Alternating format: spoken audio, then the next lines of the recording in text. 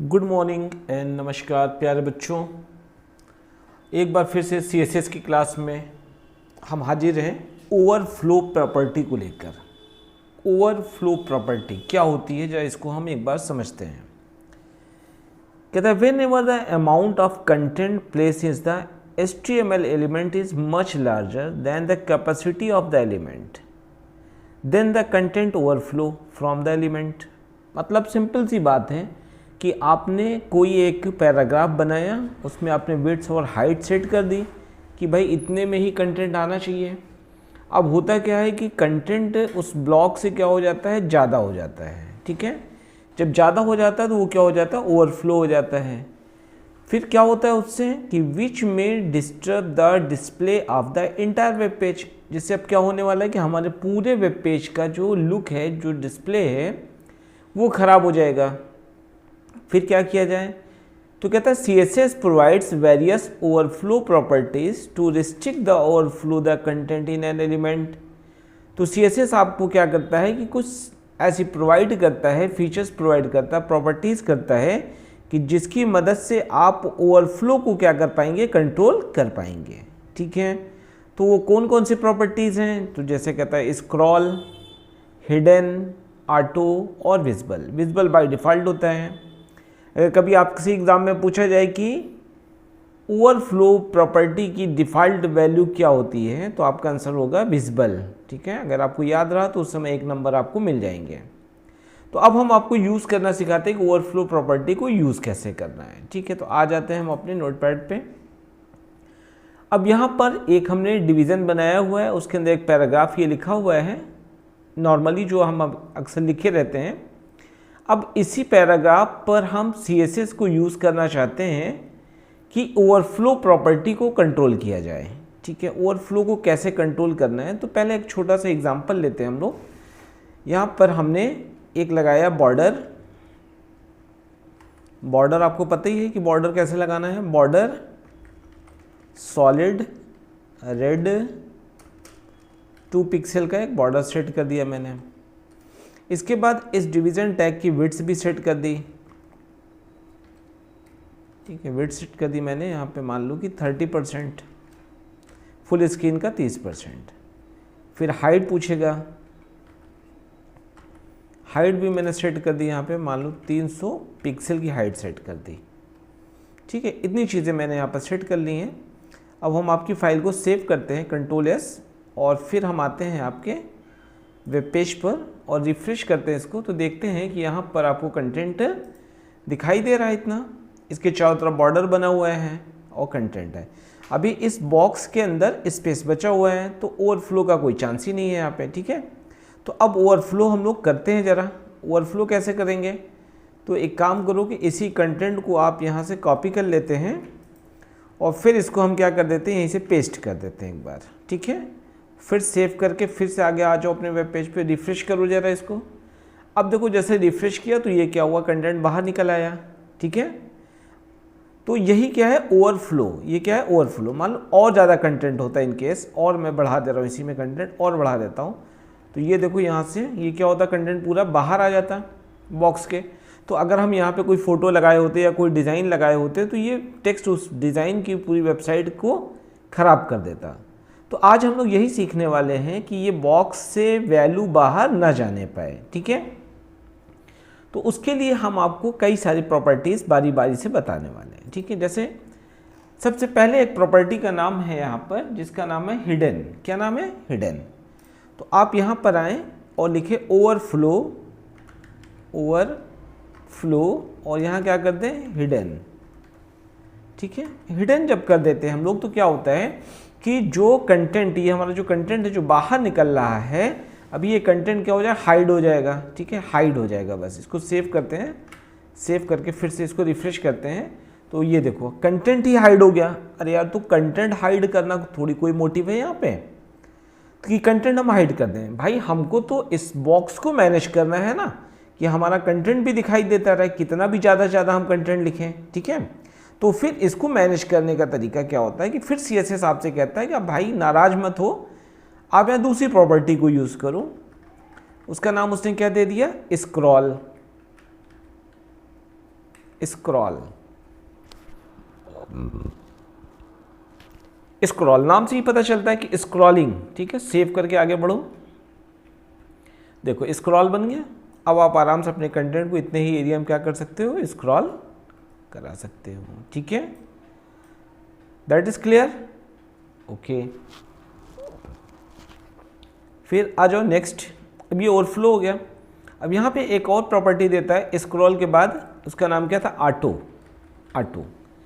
Auto क्या है, auto मैंने लगाया, ठीक है। अभी आप कहोगे अरे सर ऑटो स्क्रॉल तो एक ही जैसा दिख रहा है, ठीक है। तो ध्यान देना जरा सा, ऑटो करने पर क्या हुआ है कि यहाँ पर केवल ये आपको दिखाई दे रहा है, ठीक है। और हॉरिजॉन्टल वाला आपका गायब हो गया, स्क्रॉल बार यहाँ पे, ठीक है। तो ये भी एग्जाम में आपको याद रखना है कि ओवरफ्लो की किस प्रॉपर्टी से हम जो है हॉरिजॉन्टल और वर्टिकल स्क्रॉल बार को पाते हैं। तो उसका आंसर क्या होगा, स्क्रॉल, ठीक है। अच्छा, अब ये ऑटो क्या है कि जब ज़रूरत होगी तभी आएगा। अब जैसे हम यहाँ से इस कंटेंट को कम कर देते हैं, यहाँ से अपने कंटेंट को क्या कर देते हैं, कट किया मैंने, और फिर देखो आप यहाँ सब देखो ये नहीं आया ना। क्यों नहीं आया, क्योंकि ये ऑटो लगा हुआ है। ऑटो का मतलब है कि जब ज़रूरत होगी तब ये ऑटोमेटिक जनरेट होगा, नहीं ज़रूरत है तो नहीं जनरेट होगा, ठीक है। और स्क्रॉल में क्या बात है कि अगर हम यहाँ पर स्क्रॉल रखते तो ज़रूरत हो या ना हो, ठीक है, ज़रूरत आपकी हो या ना हो, स्क्रॉल वहाँ पे आना ही आना है उसको, ठीक है, उसको आना ही आना है। तो जब टेक्स्ट बढ़ेगा तो स्क्रॉल एक्टिव हो जाएगा यहाँ से, ठीक है। तो आई थिंक कि आप लोग को इतनी चीज़ें समझ में आ गई होंगी कि स्क्रॉल के अंदर, ओवरफ्लो के अंदर स्क्रॉल क्या होता है, हिडन क्या होता है, ऑटो क्या होता है, और विजुअल तो डिफ़ॉल्ट होता ही है, विजुअल करने की कोई खास ज़रूरत यहाँ पर तो नहीं लगती। आई थिंक ये टॉपिक आपको समझ में आ जाना चाहिए, ठीक है बच्चों। तो चलिए फिर आज एक नया टॉपिक की तरफ बढ़ते हैं जिसका नाम है हमारे पास CSS list style. CSS list style property, ठीक है। लिस्ट स्टाइल क्या होती है, जैसे आप लोगों ने पढ़ा होगा कि अनऑर्डर लिस्ट हम लोग बनाते हैं, बुलेट्स वगैरह, ठीक है। तो बुलेट लगाना है हमको, तो हम बुलेट को कैसे सेट करेंगे। अगर मान लो कि किसी ने कह दिया कि साहब बुलेट के आगे हमको कोई एक फ़ोटो लगानी है, तो HTML से आप क्या फ़ोटो सेट कर पाओगे बुलेट के आगे, नहीं कर सकते। तो उसी को क्या बोलते हो यहाँ पे, इमेज सेट करना है, ठीक है। उसके बैकग्राउंड सेट करना है, ठीक है। तो ये बुलेट के बैकग्राउंड वगैरह कैसे आप सेट करते हो, ठीक है ना। तो आज हम लोग यही सारी चीज़ें कहाँ सीखने वाले हैं, लिस्ट प्रॉपर्टीज़ में, ठीक है। लिस्ट की प्रॉपर्टी जैसे 3 बहुत फेमस हैं। लिस्ट स्टाइल, ये लिस्ट स्टाइल क्या होती है कि अगर आप इसको अकेले यूज़ करते हो तो आप इसी के साथ इमेज, इसी के साथ पोजीशन, इसी के साथ आप जो है और भी इसके प्रॉपर्टीज़ को यूज़ कर सकते हो, ठीक है। तो जिसमें आज हम लोग सबसे पहली प्रॉपर्टी पढ़ने वाले हैं लिस्ट स्टाइल टाइप, कि हम लोग अपने बुलेट का स्टाइल कैसा सेट करना चाहते हैं, ठीक है। तो यहाँ पर हम आपको दिखाते हैं कि आप कैसे कैसे स्टाइल यहाँ पर सेट कर सकते हो, ठीक है। तो चलो फिर शुरू करते हैं हम लोग यहाँ से, ठीक है। जैसे एग्जाम्पल तो है ही है, लेकिन हम नोटपैड पे बना के आपको दिखाते हैं एग्जाम्पल, ठीक है। पुराने एग्जाम्पल को हम सब हटा देते हैं यहाँ से, ताकि आपको आसानी के साथ समझ में आ जाए, ठीक है। यहाँ से हम सारी चीज़ों को हटा देते हैं। बस आते हैं, सबसे पहले क्या करते हैं हम लोग, यहाँ पर एक UL टैग लिया, that is unordered list. UL tag को क्या करते हैं हम लोग, क्लोज करते हैं, और फिर यहाँ पर LI टैग का यूज़ करेंगे, और LI टैग में LI को क्लोज भी करना है, ठीक है। तो हम क्या करते हैं, इसी LI को करते हैं कॉपी, ठीक है, और इसी LI को हम 3 4 5 बार करते हैं पेस्ट, ठीक है। तो क्या होगा कि हमको बार बार LI लिखना नहीं पड़ेगा, ठीक है। अब LI में जैसे हमने कुछ नाम डाल दिए, ठीक है, जैसे हमने एक नाम यहाँ डाल दिया तारिक, ठीक है, एक नाम यहाँ डाल दिया विश्वेश, एक नाम यहाँ डाल दिया हमने सचिन, एक नाम यहाँ डाल दिया हमने रितु, एक नाम यहाँ पे हमने डाल दिया सदफ, ठीक है। ये 5 नाम हमने यहाँ पर मेंशन कर दिए। करने के बाद हम अपनी फाइल को सेव करेंगे Ctrl+S से, और फिर से रिफ्रेश करने के लिए हम चलते हैं अपने पेज पर, इसको रिफ्रेश कर देते हैं। ठीक है, आप देखते हो कि ये आपके पास बुलेट्स बन गया है, आपको बुलेट दिखाई दे रहा है। अब इस बुलेट के साथ मुझे कुछ काम करना है, बाय डिफ़ॉल्ट ये डिस्क आता ही है। ठीक है, तो अब इसमें आप क्या क्या चीज़ें यूज़ कर सकते हो बुलेट में, जैसे लिस्ट स्टाइल टाइप में जब हम लोग जाएंगे तो वहाँ पर हम लोग देखेंगे कि हमें क्या क्या स्टाइल यहाँ पर सेट करना है। तो जैसे आपको अमूमन पता ही है कि क्या कर सकते हो, जैसे एक लिस्ट स्टाइल टाइप यहाँ से आप उठा सकते हो। ठीक है, क्या बोलते हैं इसको, स्क्वायर, तो आप स्क्वायर उठा लो। सर्किल ज़रूरत है, आप सर्किल उठा लो। ठीक है, उसका कलर करना है, कलर उठा लो, जो आपको ज़रूरत लगती है वो आप यहाँ से उठा लेना। ठीक है, तो हम लोग करते हैं खुद से एक बार यहाँ से। ठीक है, अब यहाँ से हमने यहाँ पे लिखा यूएल। ठीक है, यूएल के अंदर आने के बाद यहाँ पे हमने सबसे पहले लिखा कलर, कलर लिखा हमने रेड।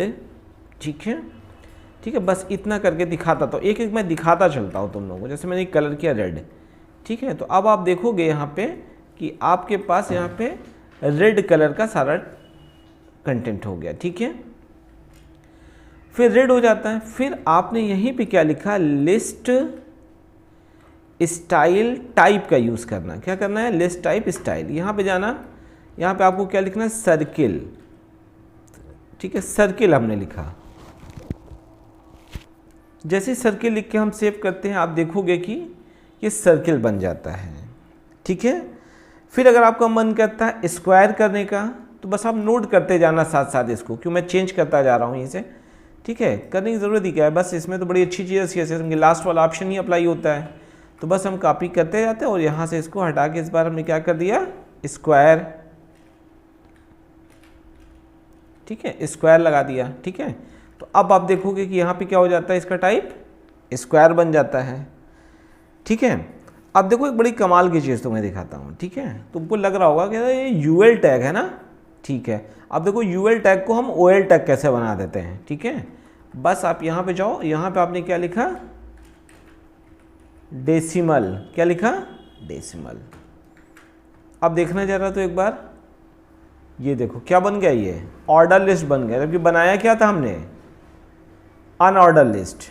ठीक है, तो यहीं से आप क्या कर सकते हो, सीएसएस की मदद से इसको चेंज कर सकते हो। अच्छा, तुम लोग कह रहे हो कि अच्छा ये तो आपने नंबर बना दिया, मान लीजिए कि हमको अल्फ़ाबेट चाहिए, तब हम कैसे कर सकते हैं यहाँ पे। हमने कहा ठीक है, कोई दिक्कत नहीं, स्मॉल अल्फ़ा चाहिए, कैपिटल चाहिए, स्मॉल में, ओके। तो आप यहाँ क्या लिखोगे, लोअर अल्फ़ा। क्या लिखोगे, लोअर अल्फ़ा, लोअर अल्फ़ा लिख दिया। ठीक है, जैसे आप इसको सेव करके आगे बढ़ोगे, देखोगे कि लोअर केस में आ गया अल्फ़ाबेट आपका। ठीक है, अच्छा भाई, अच्छा आप लोग को लग रहा है कि अपर नहीं हो सकता। ठीक है, तो ये देख लो, फिर अपर भी देख लो। ठीक है, अपर लगा दिया, देख लो भाई ज़रा। अच्छा, अपर भी हो गया। ठीक है, अच्छा अच्छा, तो आपको क्या लग रहा है कि रोमन नहीं हो सकता। अच्छा, ये बात है, तो आपको लगता है कि रोमन इसमें नहीं लग सकता। ठीक है, तो देख लो भाई ज़रा रोमन, अब बताओ रोमन अपर में दिखाऊं कि लोअर में दिखाऊं। ठीक है, चलो पहले लोअर दिखा देता हूँ, LOWER, लोअर रोमन। आ जाओ रोमन, आ जाओ भाई, लोअर रोमन। ठीक है, ये देखो लोअर रोमन भी आ गई। ठीक है, फिर अपर रोमन भी देखना है। ठीक है, चलो अपर रोमन भी दिखा देते हैं आपको। ठीक है, यहीं से आप क्या कर लेना, अपर रोमन कर देना, अपर रोमन कर देना। ये देखो अपर रोमन हो गई। यही इतना करते थे आप लोग ओएल लिस्ट में, तो उतना ही मैंने यहाँ पे आपको बता दिया कि आप बिल्कुल आसानी के साथ लिस्ट को कर सकते हो। ठीक है, ओके। अब बात यहाँ पे आती है कि भाई मुझे लिस्ट चाहिए ही नहीं, अपने आगे लिस्ट चाहिए ही नहीं, तो आप क्या कर देना, यहाँ से छोड़ना नहीं, क्या लिखना, नन। क्या लिख देना, नन। ठीक है, तो लिस्ट ही गायब हो जाएगी ना, अब आपको यूएल दिखेगा वो, ना ओएल दिखेगा। ठीक है, इतनी बात समझ में आई। ओके, अब आ जाओ बहुत ही बेहतरीन ऑप्शन पे, जिसका नाम है लिस्ट स्टाइल इमेज। अब अगर आपके मन में आता है कि नहीं नहीं हमको अपने लिस्ट के आगे इमेज सेट करना है, ठीक है ना, तो आप यहाँ पे क्या लिखते हो, लिस्ट स्टाइल इमेज। इमेज लिखने के बाद आपसे वो पूछेगा कि आप अपना URL बताइए। क्या बताइए? URL बताइए। ठीक है, कि कौन सी फाइल आपको यहाँ पर चलानी है। ठीक है ना। तो जैसा हमारे पास फाइलें पड़ी हुई है तो हम आपको दिखाते हैं कि एक फ़ाइल अपने पास डेस्कटॉप पर पड़ी हुई है। ठीक है, आप लोग को दिखाया भी होगा मैंने यहाँ पे। जैसे आज हम ये है लगाने चल रहे हैं 9 वाली फ़ोटो। ठीक है, 9JFIF। ठीक है, 9JFIF। ओके, तो चलो भाई लगाते हैं यहाँ पे 9.jfif। ठीक है, अब देखना है अगर फ़ोटो बड़े साइज़ की होगी तो बहुत बड़े बड़े बुलेट्स आएंगे। ठीक है, तो यहाँ पे URL में 9.jfif लगाया मैंने। ठीक है, और फिर हम यहाँ से इसको रिफ़्रेश करते हैं ज़रा।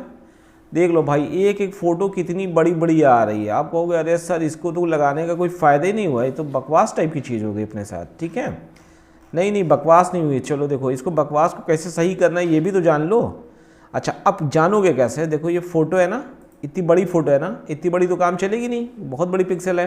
तो जो हम लोग बुलेट्स लगाते हैं वो 16 बाई 16 पिक्सल होना चाहिए ज़्यादा से ज़्यादा। ठीक है, तो अब इसको क्या करो, क्या कि यहाँ से फाइल को लो, इसको देख लो, मैं सिखाने चाह रहा हूँ। इसको पेंट में ले जाना, फ़ोटो को खुद से प्रैक्टिस करना। फ़ोटो को Ctrl+A सिलेक्ट मारना, रीसाइज में जाना, पिक्सल में जाना, यहाँ पे करना 16, चलो 16 बाई 17, कोई इशू नहीं। ठीक है, इसको ओके करना, बन जाएगी। अब इसको क्या कर दो, फाइल को सेव करा दो। ठीक है, फाइल सेव हो जाती है तुम्हारी। ओके, फाइल को सेव कर लेते हैं। अब चलते हैं अपने पेज में, रिफ़्रेश करते हैं ज़रा इसको। ठीक है, ये कुछ ज़्यादा छोटी हो गई भाई, पूरी गायब हो गई, फ़ोटो ही गायब हो गई इसमें से तो। ठीक है, चलो कोई दिक्कत नहीं है। पेंट में आते हैं, फिर से हम लोग इसको ज़रा इसकी साइज़ को छोटा करते हैं। ठीक है, यहाँ से ये और इस फाइल का नाम हम थोड़ा सा दूसरा देते हैं, सेव एज। इसका नाम हम चेंज करते हैं, इसका नाम हम कर देते हैं ali.jpg हो जाएगी। ठीक है, ali.jpg फाइल हो जाएगी। ठीक है, ओके। अरे सॉरी, एक चली कहीं और गई यार फाइल। सेव एज, इसको ले जाना मुझे अपने ही फोल्डर में ना, तो डेस्कटॉप पर चलो। डेस्कटॉप में CSS की वीडियोस होंगी अपने पास, CSS की वीडियोस, इसी फोल्डर में अली नाम से इसको सेव करा दो। ठीक है, सेव हो गई। फाइल को भी क्लोज़ कर दो, अब अपना काम हो गया है, बंद कर दो। ठीक है, इसको तो थोड़ी देर मिनिमाइज़ करो भाई। यहाँ पे देखो ये अली वाली फाइल दिखाई दे रही है, कौन सी प्रॉपर्टीज़ में है ज़रा देख लेते हैं इसको। JPG है। ठीक है, बस इसको आप लगाते हैं चल के यहाँ पे ali.jpg। ठीक है, ali.jpg करते हैं, इसको सेव कर लिया। ठीक है, रिफ़्रेश करते हैं ज़रा। ये देखो बढ़िया दिखा। अब ये देखो सारा छोटे छोटे आइकन्स। ऐसे आपको एक बढ़िया सी साइट बताता हूँ, इसका नाम है आइकन फाइंडर, और एक वेबसाइट है आइकन8, नोट कर लेना। आप उस पर चले जाना, वहाँ से अपनी पसंद के आइकन्स को क्या कर लेना, आप डाउनलोड करा लेना। फिर वही वाली फाइल जब डाउनलोड करने जाओगे ना, पूछेगा कितने बाई कितने पिक्सल में चाहिए, तो वहाँ से आप डाउनलोड करना 16 बाई 16 पिक्सल वाली, तो वो बहुत बेहतरीन आपका यहाँ पे लग जाएगा। ठीक है, क्योंकि यहाँ पेंट में बनाने में देखो तो फट गई है इमेज, बाकी कोई इशू नहीं है, सब कुछ सही हो जाता है। ठीक है, तो दो चीज़ें आपको क्लियर हो जानी चाहिए। ठीक है, चलो एक लास्ट प्रॉपर्टीज़ की और बची, वो बता दें। तो चलो यहाँ से इसको फिलहाल अभी हटा देता हूँ, कर लिया होगा आप लोगों ने नोट तो इसको। ओके, इस प्रॉपर्टी को हटाते हैं, नॉर्मल तरीके से इसको बनाते हैं, ये बन गया।